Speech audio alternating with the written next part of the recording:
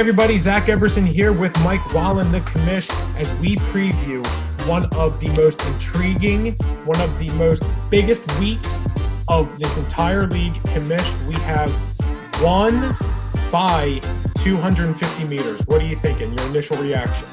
I'm super excited for this distance, and I couldn't be more fired up coming off of week 3. I think, watching lightweight Jimmy Francis take out the big British bear, and then watching Thorstensen crush that younger guy. I mean, did you see that guy, Zach? Was he something else or what? He was exactly what an Alaskan fisherman looked like, and he was chuckling. He was just happy to be there. I'm telling you, man, when he crushed that dude, I was just like, man, if that dude was dating my mom, I would call him dad on the first day. Right away. Exactly. All right, so we have, how many races do we have? 1, 2, 3, 4, 5 races. Do I hear that correctly? We got a full card tonight. with a co-main event between Camahort and Camahort and Graves, and Trimble and Oldiges. So let's talk about that one first. We have the Wolf Slayer, Juliet Camahort. She's coming back again versus Gabby Graves, who's an absolute beast. What are you thinking about those two? Again, awesome matchup. 2 girls from the junior national team 8 going to square off. Camahort, unbelievable in that first round, really showed her poise, her experience, taking down Paris, which none of us thought was possible. Up against another great elite athlete tonight. I'm going to go with Graves in this one, despite being a big fan of Camahort.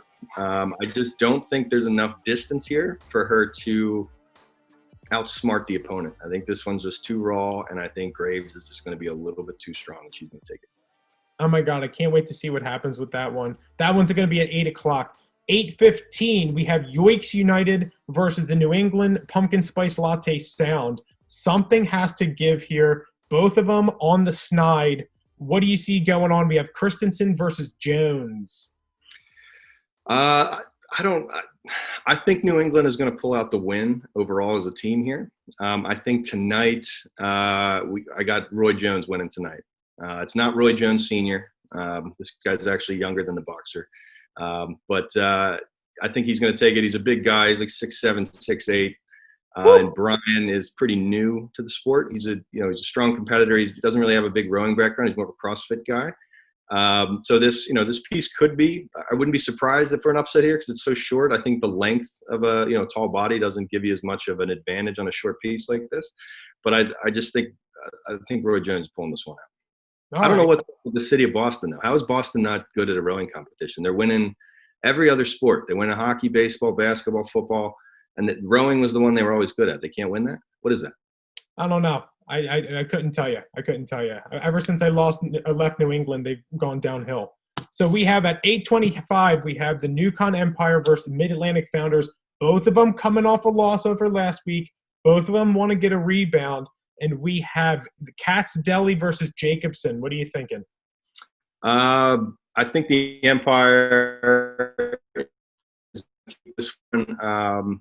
It's going to be very close, but I think they're going to pull it out. I think they're going to show their strength this week. Maya Jacobsen, very fast, but Riley Katz is good. This is going to be her coming out party in the PRL. She is a legit force.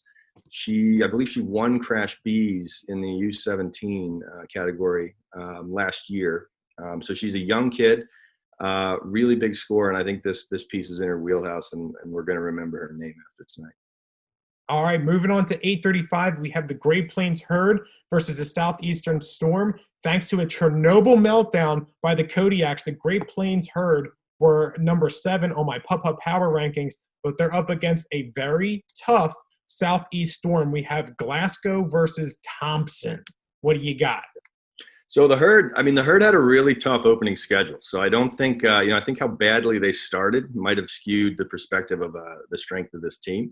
And the Storm has had a decently hard schedule too, and they've handled it well. The Storm's going to win this matchup. They're too much for the Herd, but tonight I think Glasgow's going to take it home. Big, strong dude. I think he'll be comfortably under 120 for this, and he'll put the victory on the board for the Herd tonight. But overall, I think this is the Storm's game.